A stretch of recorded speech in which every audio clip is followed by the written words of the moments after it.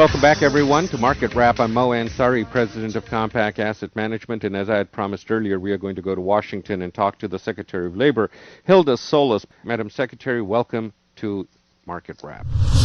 Hello, how are you? I'm doing great. How are you today? Well, not too bad, but the numbers that were made available today certainly tell us that we still have a lot more work to do, and we still have to continue to help Americans get into good jobs. So while we, last year saw at this time a job loss of 700,000 a month, we certainly have come a long way. And I would say that in the last 4 months of last year that we are actually seeing more of a contraction, and we saw a smaller job loss. But this isn't good enough. The President knows that we have to do much, much more to get the economy jump-started again. So we're making every effort here by the Department of Labor to make sure we make the investments where we believe job growth can and will occur. And we're looking at retrofitting green energy jobs, for example. Healthcare arena is another area, and expansion in IT and broadband. But before we get to the number of 10.8, do you think this job number in December was influenced by bad weather, where we had extremely cold weather in December, and that created more layoffs?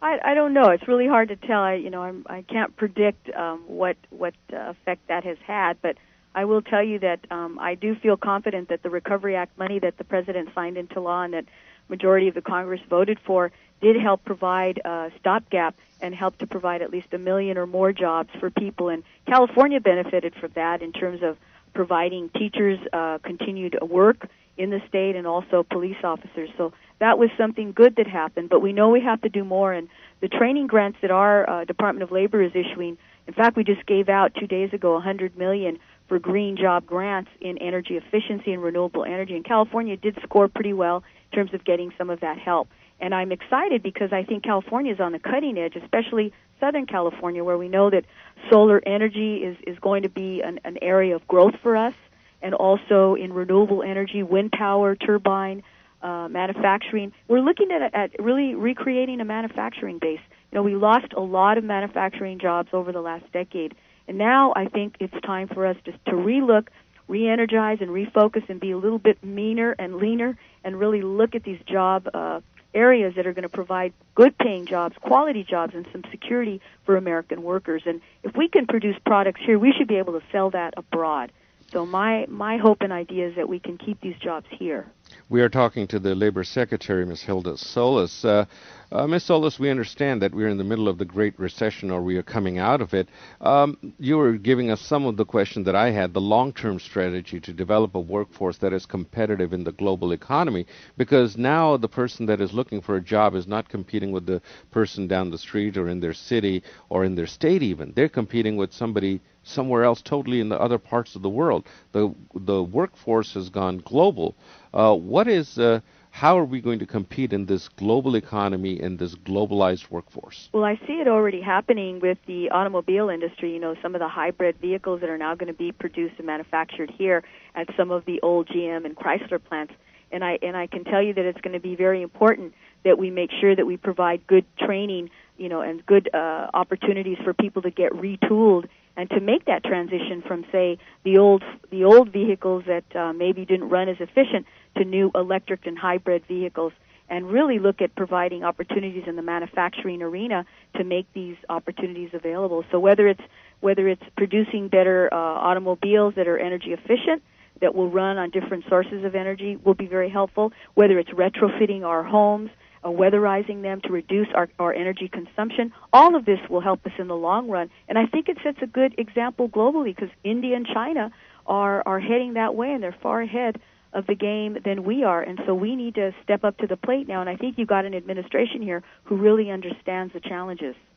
Secretary Solis, the U.S. economy is transitioning to be a knowledge-based economy. Is our workforce ready, and could we get into a situation to have the high level of structural unemployment that we see in Europe, where 7 or 8% unemployment has become the norm? Or do you think we are going to make changes, as you were just mentioning, that we can bring those levels down again to the 4 or 5%? Well, I hope that we could, and I think the President has made some very bold step by encouraging people that are unemployed to take advantage of, for example, the Pell Grant program that has been expanded now so that people can draw down that that grant and be able to use it as kind of a voucher to go to a community college or to a university or to a vocational program and get the necessary skills that they need and be able to draw down their unemployment while they're going through the training. So I think those are very important parts of what the Department of Labor has to offer, and not enough people in the public know that. And I would encourage folks that possibly now are looking for a job or have given up, that they contact us. We have one-stop shop centers around the country. We have 3,000 around the country, and we have many in California. But the call center number is 1-866-4-USA-DOL. That's 1-866-4-USA-DOL. That's the number to call, and that is good information because, Madam Secretary, there's so many people who are just looking for a job right now. One thing that I did want to touch on, we've seen the unemployment rate is the highest for minorities and some people without tangible skill set. Right. What are some of the ideas to give the minorities educations and skills so they can compete in this global environment? Well, this is, again, we are going to be rolling out next week what we call Pathways Out of Poverty grants, $150 million to different partnerships that are, in fact, going to help and identify these targeted populations that really have high unemployment rates, like the African American community, Latino community, and just disadvantaged youth overall. We have to make these investments, and the President feels very strongly about making these kind of opportunities available to disadvantaged youth. Madam Secretary, let's take a look at some of the other things that we are talking about as far as the jobs go in this country. Do you think that the unemployment rate is close to a peak here, or we are peaking, or do you think we are going to, where do you think the crest will be, and when do you think we are going to reach that crest? Well, the President has said this is going to be a tough, time for us because this is a very hard recession, and we may see that it'll go up and then it'll go down. We'll see that fluctuation. But my belief is that people, at least this time around, feel a bit more confident that the administration is really engaged on creating jobs and opportunities for small businesses to expand and for getting into new manufacturing areas. And we understand that it isn't government that creates a job, it's business. And we know that that's where our focus has to be. So he'll talk about that more later today in detail as he rolls out his agenda.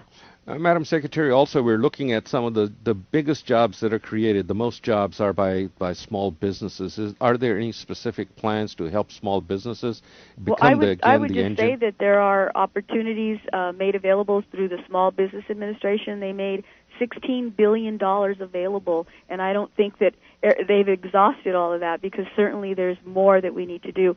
But people need to understand that there are some now modified programs that won't actually penalize the small businesses, and they don't have to necessarily pay interest on drawing down the loans that they get from the small business. So this helps to defer that. It helps to make it easier for them to get the capital that they need. And I know that the Department of Energy has also made many, many grants available for businesses. For example, lithium battery manufacturing, hybrid vehicle manufacturing, things of that nature that perhaps are not making the print media or the airwaves, but nevertheless they are happening because I've had an opportunity to go visit some of these sites. And I know that in California there's a great deal of interest in trying to jumpstart the economy down there in the green renewable energy arena. Last question, Secretary Solis. The President had the Jobs Summit at the White House. Is there going to be a jobs bill, a jobs creation bill, where we will have a stimulus program that we're going to put X billions of dollars like we did in the economy or in Wall Street? Good question. I think that the President is going to be working closely with the Congress.